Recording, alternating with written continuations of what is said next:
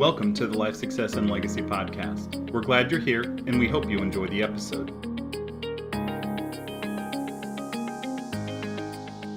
Hey, welcome back, everybody, to the Life Success Legacy Podcast. My name is Chris Bay, joined by these three amigos. I've got Mike Crawford in Lawrence, America, Mike Everett just outside Lawrence, America, and Mike Kwong down in Houston. How's everybody doing this morning? All right. Very well. Hey, you guys, we always, just for our listeners, our topics come from you. Yep. I mean, that's the bottom line. Our topics come from you, whether they are questions that are asked during the boot camps, which are great questions. We love those. Or sometimes there's questions that show up on our Discord community. And then in this case, what we did, we kind of curated some questions that we face on a regular basis. I don't know if regular basis, but from time to time, we come across questions that our clients have during our coaching sessions. Yep. And to be honest, we faced them ourselves early on as well. That's right. Sometimes there's little nuances that we don't quite understand. You know, we've read Nelson's book, we've met with coaches, we've attended the boot camp, we got the big idea. But then, like many things, the details, right? It's like, hey, well, what about this? So we thought we'd just kind of spend this podcast doing some quick hitters. And these are questions that oftentimes come up during our coaching sessions. And I turned my phone off, or my ringer off there for you, Crawford. I heard it in the background. So we're gonna touch on some questions that come up, and there may be some that pop up that we haven't even, just come to mind as we're talking through it. So I've got a list here that we kind of pulled together from our coaching sessions.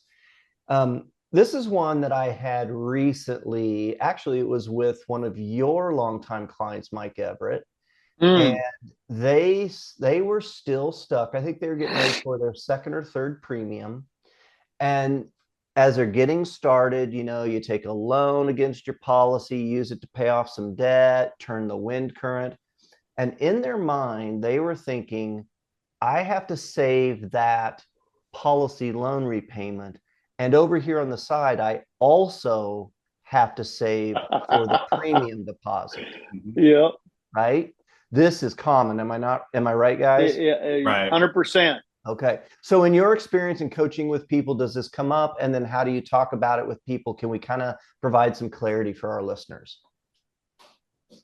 Well, in the early days, and I'm going way, way, way back, I was the same exact way. But because I wasn't making an income, everybody who's heard my story, I just borrow money from the bank because I was not really making my policy loan repayments. But in the midst of all of that, I started to figure out if you make your policy loan repayments and save money for the premium, it's better. But do we have to do that? We do not. Because what we're trying to do is we're trying to get 2 and sometimes 3 uses of every single dollar that flow in and out of our system. So if we get people who are actually over concerned, and we have a ton of them that come to us, there's no way I can make that work because I've got money over here, money over there. I've got to make policy loan repayments. So we're showing people how to utilize the same payments that they were making to somebody else, make them as policy loan repayments, but then you have access to those dollars to be able to utilize for policy premium deposits at the end of the year. And then it just all kind of works in concert together. I was working with a agent that is actually using IHF and relatively new agent to our software. And in our scenario that I give an example of, I walk through a strategy, just like any of you who've been to a boot camp, you've seen me walk through it. Chris has done it on paper. I do it on the software, and we walk through the scenario. And every time we use available cash values to pay premiums in years 2 and beyond. And he was like, is this how you actually teach people to do it? And I said, absolutely. I said, does everybody do it that way? No, some people use what we like to call new money. Yeah. money from other sources outside of their policies. But when we build our strategies, we go very conservatively in many cases because we know that our goal is to put them in a better place tomorrow than they are today. And if that Hmm. means using available cash values to pay the policy premium deposits that second, third, fourth year, then that's what we're going to do. We want to help them turn that wind current and create that cash flow inside their system so they can get that multiple uses out of the dollar. In the And Yeah. midst of all of that, well, in the midst of all of that, what you're doing though, is exactly what you're explaining, Crawford, is we're creating less stress. Yeah. And you know, money, everything around money is semi-stressful. If we can somehow take the stress out of it, then their life gets a little simpler. Yeah, and one easy way, that seems to work for a lot of folks is, you know what your base premium is going to be. It's great because whatever it is, year one, it'll be the same year 3, year 7, year 17. What you can do as far as, well, how much should I repay, back if you're carrying a policy loan? Well, you can take that base premium amount, knowing that it's going to be due in 12 months or less, chop it up into 11 months, okay, 11 Yep. payments. And then there you go. That if you set a regular repayment to that amount, at the very least, let's say your anniversary is knocking and you don't have that money for the base premium. Well, guess what? Because you've been diligently repaying it, and you already did the math, there's going to be at least that much amount available in cash value that if you need to, okay, you have it there. You can use from the, policy to pay for your base premium. Boom, That's boom. good. That's really good. So the vast majority of our strategies that we design are designed with the idea that if clients are honest bankers and they're making policy loan repayments, we aren't asking for extra money. We're just redirecting their cash flow, right? If they are honest bankers and they make those policy loan repayments, they're not going to have to worry about future premiums. Those will be covered. Yeah. Okay. And that applies if you're turning the wind current on debt, or if you're actually taking loans for investment purposes and you're cash flowing that money back into your policies as well. You can cover your premiums with your investments as well if you're doing income stacking or other things as well. What I will say, and then we'll close and go to the next question, is if you can use new money, and there is a smaller percentage of strategies that we design where people do have, say, money in an old IRA and they want to slide that over each year for premium deposits. If you have new money from bonuses, tax returns, wherever money comes from, inheritance, it's always better to pay premiums with new money, always. But we 100% go very conservative in the design where you don't have to count on new money. So bottom line is, do you have to save for your policy loan repayments and for your premium deposit? The answer is no, you do not. In fact, you can take a loan for any reason you want, including paying your premiums. Yeah. I think as we, you wrap that up a little bit, and I think that that's important. One thing that came to me that I think ties back to policy premium deposits is there are people, including my wife, who for years thought it was a bill and didn't see the value in it. And I think Mike Kwong does a really good job of explaining. He uses the ATM example for why it's not a bill. And I wish he'd have been around whenever Mary was struggling, and Chris did a great job of getting her off of that ledge after a couple of years. But Kwong, I'd love to hear you explain. Could have been a faster process with Kwong. Well, maybe or maybe not. But it's such a good example. I think it'd be great for the listeners to hear it again. Yeah, so what I relate to or use the analogy for is, once a policy especially is capitalized, right? Once you get through that first year and you're into year 2, 3, and certainly 4, where you have a majority, if not more, than the premium that comes back to you as additional cash value, right? For one of our products, right, that we love, by that 5th year, when you drop the PUAs, you are positively geared. And for every dollar in, it might be $1.20 or of additional cash value. So I say this is like an ATM at that point, right? You put $1 in and you get $1.30 right away, tax free, compounding every year, better and better every single year. So people have to understand, these don't have to be just, as let's call it, warehouses of your wealth. These can be touch points, right? I like a pinball machine. Every time the ball hits a bumper, you get points, right? That's once a year. get all these policies throughout the year. Boom, boom, boom, boom, boom. These new monies are just unlocking extra cash value. Pass go, collect $200. That's it. I'll give some positive feedback to you young guys who are just still fairly new in your systems. Mine's $1.55.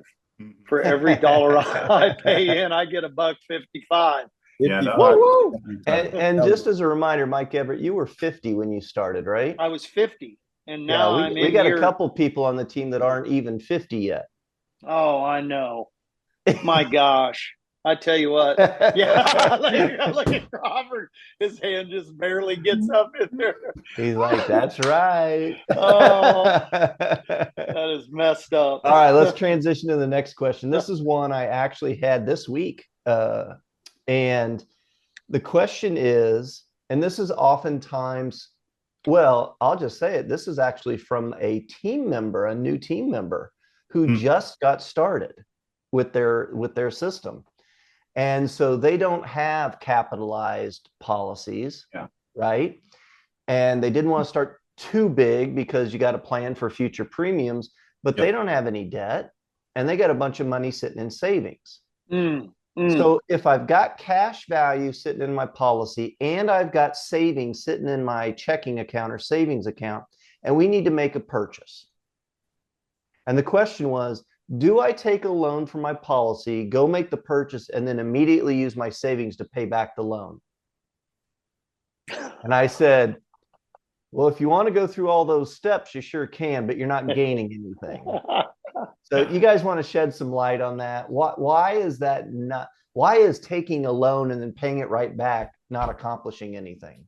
Well, I'm going to get to even something a little more basic that's always in Nelson's book. What we're doing is we're teaching a rhythm. We're helping people understand you're already doing this in some cases with a bank loan. You're borrowing money, you're paying back. You're borrowing money and paying back. And so what we're trying to do is we're trying to shift something in their brain.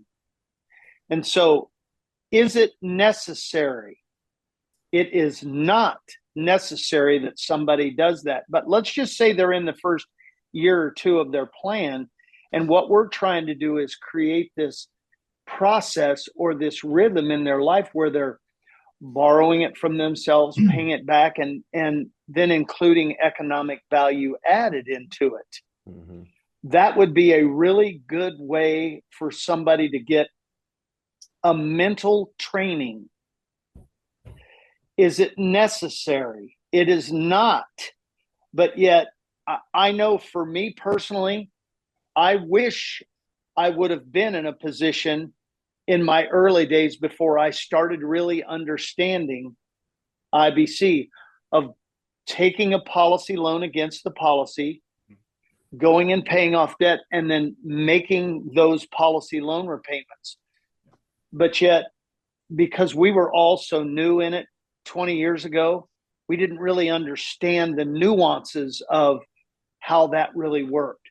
But once again, is it necessary? It's not, because you're not gaining anything financially. But if you did do that, you are gaining something mentally, emotionally, about how the system actually works. I would add though, one other, option could be if you have a policy, let's say it's funded up, you got full, cash value in there, just paid the base premiums, all that good stuff, it's ready to go, and you have a pile of cash. Okay, that's the situation I'm understanding, and they have a purchase in the near future that they, want to either pay with cash or borrow from and then pay back. Why not take that cash, get it to work? Okay, get it to work, open another policy. Then if you borrow from both, do that. Okay. And then you can, set up payments to pay it off. But that way you get the cash working, right? You already have one great policy. Maybe with the second one, you have enough to use your own bank to pay for that brand new whatever it is. And that's so good. Just so you know, that new whatever it is a new policy. That's exactly what they're doing. That's exactly what they're doing. So it's not like they're going out and buying a car or something like that. They're trying to decide, do I take a loan to start my new policy, or can I just run that cash through that new policy? Yeah, Yeah, but yeah. it could apply for a purchase or paying down debt or other things as well. So I tried to keep it generic for all Okay. listeners, but you're absolutely you Yeah. pulled the curtain back and you read behind. You're like, well, why wouldn't you start a new policy? They There are. you go. They Well, and are. that's the beauty of how our brains work as a team too. You know, like if we're talking about getting through some of these nuances as a team and these different, common questions or, misunderstandings or whatever about IBC is like, you even said this at the beginning, Chris, is like we have struggled as a team with some of these in the past. And it was, as Everett said, maybe just because we didn't know what we didn't know, That's and right. I think the beauty of the LSL team as a whole is each of us have such unique thought processes when it comes to how IBC should be implemented. And should is not the right word, how it could be implemented and how we use it personally, maybe. That whenever we have our team meetings and we go over strategies for clients and we talk over a situation just like this with, we've got this money. Do we do this? Do we that? And then Kwong comes in and has this brilliant idea, which again, maybe 4 or 5 years ago, we wouldn't have thought that way. Yeah. Not saying it was not there. We just hadn't ever uncovered that, pulled that rock up and uncovered that little hidden gem. Mm. So my closing comment is yes, if you've got extra savings, you could start another policy, always keeping in mind, do you have a plan for future premium deposits? Absolutely. That's always the important part. Future premium deposits. And if you are taking loans, what is your plan for policy loan repayments? Mm. So, okay, next question. Do I make the PUA or the loan repayment? And we actually debate this internally. Over the years, we have debated this internally. So again, I love Crawford. It's not how you should do it, it's how you could do it, right? Yeah. It depends. It does. And I think when we've had this internal debate, it rarely comes down to a right or a wrong. It comes down to that client and their discipline, if I'm being honest. Mm-hmm. If we are looking at this from that first 4 year window of capitalization, right? The first 4 years that the PUA is on, and a client comes to us with this question because they didn't fully fund the policy at the beginning of the year for a multitude of reasons. None of them are wrong, just as life happens. They paid the base premium, policy's still trucking forward, but they didn't put in the full PUA that, maybe they put in half. They get the lump of cash available, they save up for it, whatever the case is, when current changes. And now they're coming to us with the question, do I pay the PUA back, fill it up, or do I pay down my policy loan?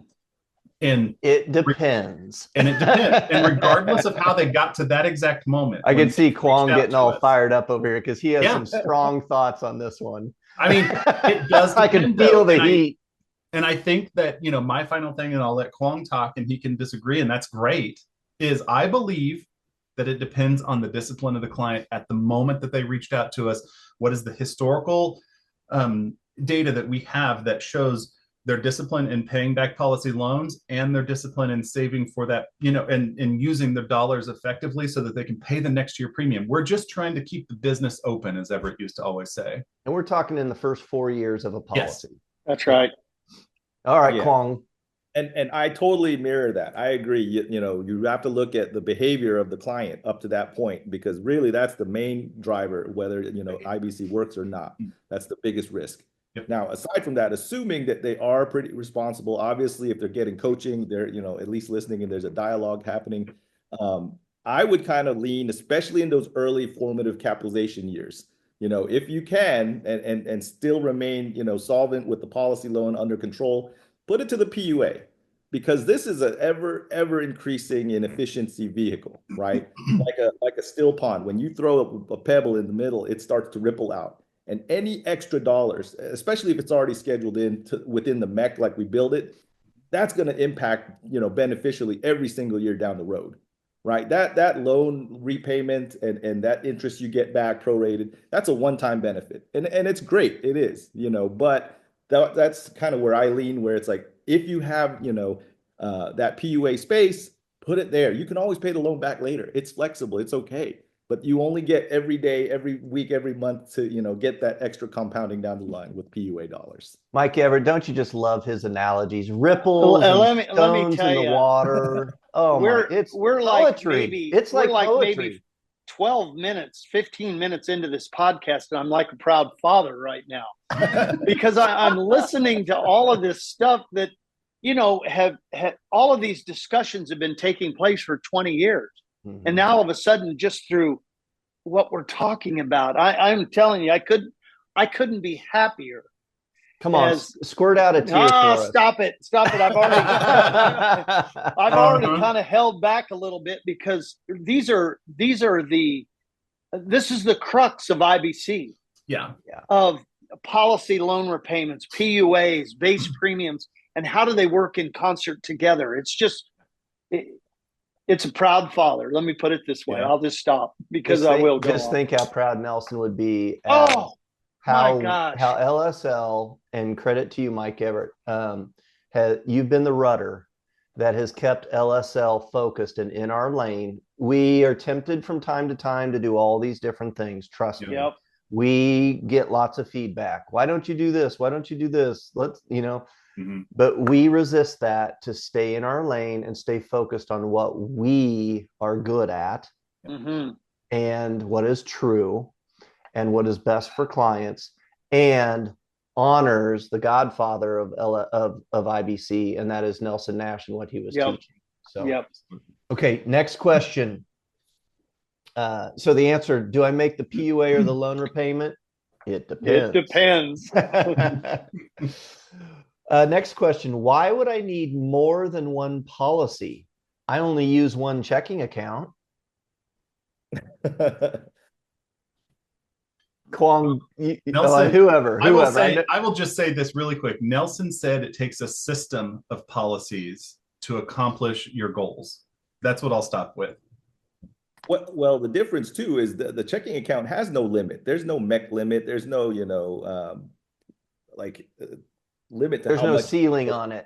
There's no ceiling, right? On the same front, of course, there's no death benefit either, and all that tax-free growth, So there's a trade-off, but like Nelson said, however much do you want out of your system is, however much you should put into it, right? So that should give you an idea as to why maybe a second or third, or in some of our cases, 19th or 20th policy, Mike Everett, may make sense, right? That's right. So are you saying my savings account isn't profitable? I'm pretty sure I just got my little W-9 whatever form that they just sent, and I made at least $25 in interest this year. Well, it is, you might get that 2, 3, maybe a 4% high. Telling you, get excited, but it's taxable, first of all, right? It's taxable, and it's only insured up to, what is it, 250 FDIC. Yeah. And there's nothing else, to it, right? You use that money from your savings account, it's gone. That EVA is one right. use. One use. One use And per dollar. One use. I always relate it to like local restaurants or like franchises, like a McDonald's or something. There aren't too many towns of relative size that have only one McDonald's in them. Right.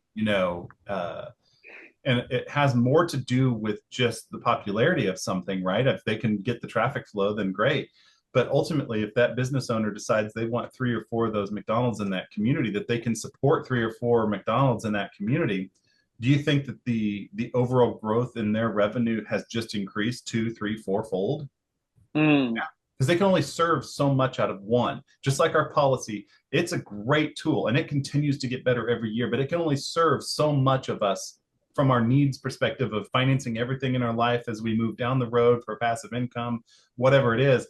It can only serve so much. So when we add additional policies, we're creating a larger bucket or a larger pool of assets that we can use to continue to fund our life, to create passive income. And again, as Kwong said, the and part of this is that there's a death benefit attached to every policy. And that is a cumulative number. That's not like a flat number. It's not like, oh, you have $100,000 with the death benefit. Good for you. You can buy more policies. That's it. No, you have your human life value. And, it's usually $2 to $5 million of human life value. And it takes a while to build that up. Yep. I'm going to pull a Mike Everett and go to the book, Becoming Your Own man, Banker. I saw the book coming. Page 48. if you've Yep. got your becoming your own banker, is expanding the system to accommodate all income. So I Always want the sounds a bit listeners, strange. I want listeners to just think about the amount of cash that is flowing to either your debt or your investments or even just income. As that income comes to you from your job, your investments, whatever, where does it currently go? Mm. It goes to a bank where you're getting one use of that money. Yeah. What if all of your cash flow over the course of the year was flowing through your banking system where you got multiple uses, and it was that ATM machine Kwong was talking about? Every dollar you put in creates $1.25 or $1.50, right? So just think about that. All of your cash flow, could all of that cash flow go into just one policy that you started out with? Most likely no. You're probably going to start out with a relatively small annual premium, like 10,000, 20,000, 50,000, something like that, right? But most people are making at least that, if not more, in their income. Right. So you're going to need more capacity to do that. So page 48, expanding the system to accommodate all income. Nelson says it always sounds a bit strange to people when I say premiums and income should match. Let's start with the very basic fact. Doesn't all your money go through someone else's bank now? When you get your paycheck, what do you do with it? Right. You deposit it in somebody else's bank. Now, of the panel that's here right now, the one person that I'm relatively positive could actually do that today, and that is Mike Everett, because he has a vast number, 20 some policies that are already mature, and he's dropped the PUA on most of those. He has them staggered throughout the year in each month, right? So he could literally take his paycheck, deposit it into a premium deposit, pull it out on the other side, and live off. The key to this, though, and we talk about this all the time, is does he have a plan for policy loan repayments? Because if he's just doing that each time and not paying back any policy loans, those loan balances in each of those policies each month are getting bigger and bigger and bigger. So you either have to have a plan for the annual prepaid interest, which would be sizable, or you have to have a very diligent, dedicated plan for policy loan repayments. Yep. But Mike is probably the one that has set himself up for that, just simply because of time and how he's built his system. Kwong may be getting close to that. Yeah. How much? But people that know, I put a lot of money through our policies. Yeah. Yep. Okay, next question. Do I have to pay back the loan before I can take another loan? And a follow-up question to that is, do I have to pay back the loan before my premium anniversary? I think a lot of people come to this question based on 401k loans, because oftentimes you're limited to one or two loans from your 401k, and you have to pay it all back before you could take another loan. So it makes sense that people would make that leap to, oh, do I have to pay back my policy loan before I can take another loan? Any comments on that? Well, there's no rules that say that you have to do that. You don't have to pay one loan off before you take another one. But once again, we get back to somebody's behavior. Because if we've got somebody who's just taking multiple loans with no idea how to pay back that loan, it would make no sense. So our coaching would come in of huge value at that point to help them decide, okay, if you're going to take a loan, what's happening on the other side? And we talk about that with all of our clients. What are you going to do with that money? Are you paying down debt, or are you just going on vacation? Is there a plan to pay it back?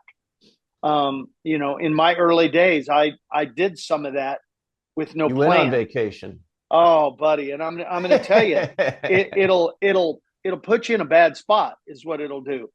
But, now all of a sudden, because things have changed dramatically, I not only have still some serious policy loans, but I have policy loan repayments going to this on a monthly basis. Plus, I'm also paying my annual premiums, with new money every year. Yeah. Mhm.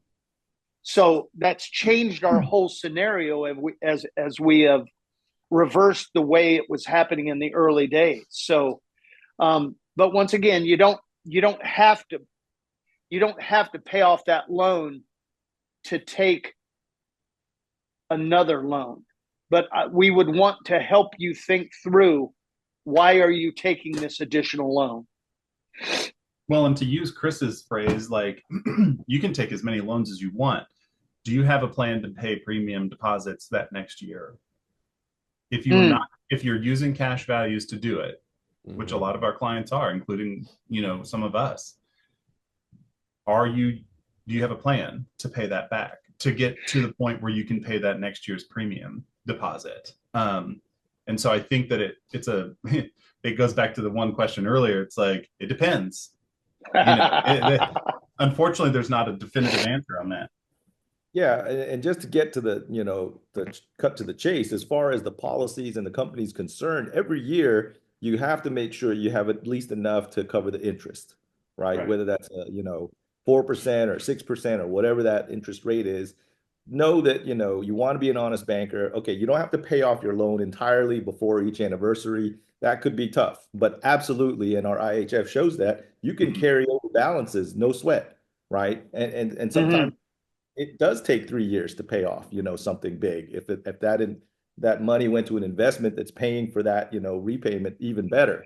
But certainly you want to at least pay the interest, because that's going to be due every year. Contractually, you have the base premium, that you got to pay within that 30-day window grace period, but also, have a plan at least for the interest. Yeah. Good stuff. Okay. Last question. Do I need to follow my strategy exactly like it was designed? Yes. Chris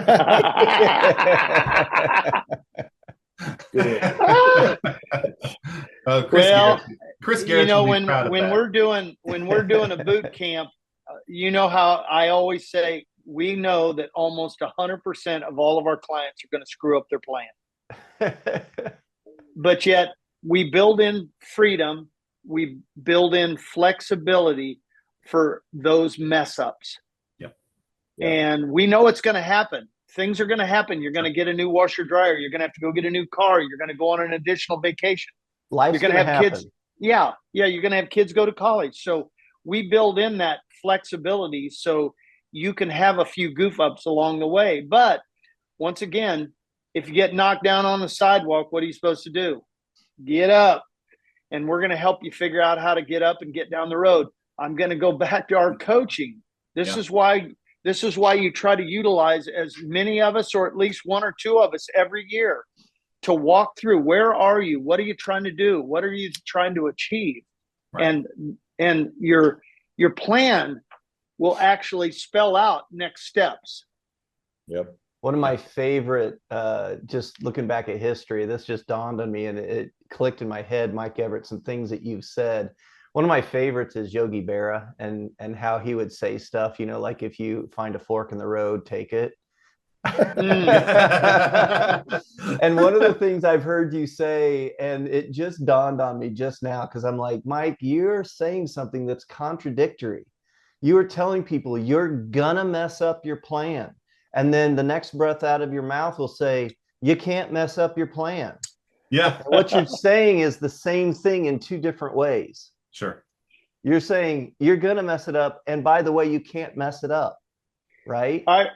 Chris Bay, I remember sitting in your dining room over on Manchester.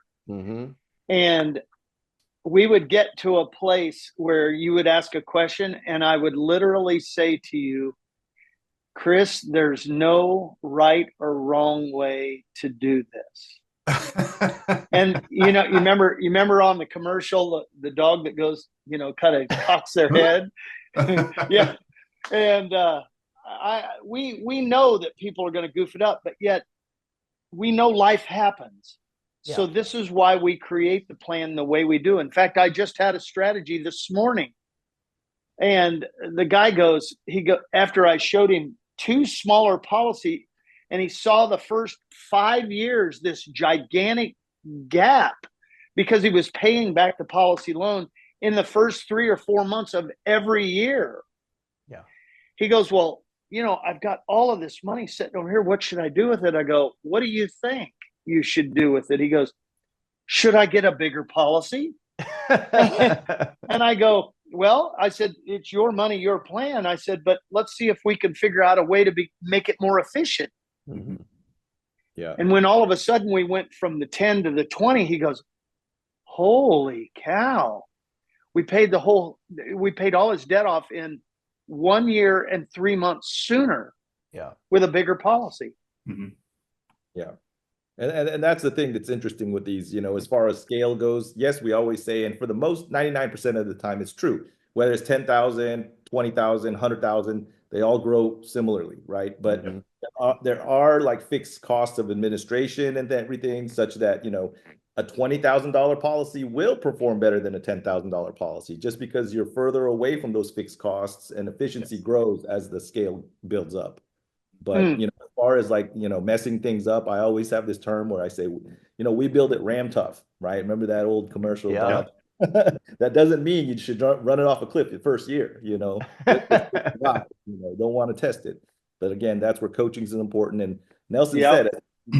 They build in tolerances for all the, aircraft and things like that. There's a red line limiter, right? Just because it's there, you can hang out there for a little while and not crash and wreck the plane, but know that we want to be more responsible with it, and if you get into the red line, talk to us, right? Come back and we'll figure it out. Like I said, if you get knocked down, stand up. You might need some help, but it's worth it. Yeah. And the other thing is, when life happens, we're here. Like, that's what we provide, is that coaching at no cost other than your time and your learning.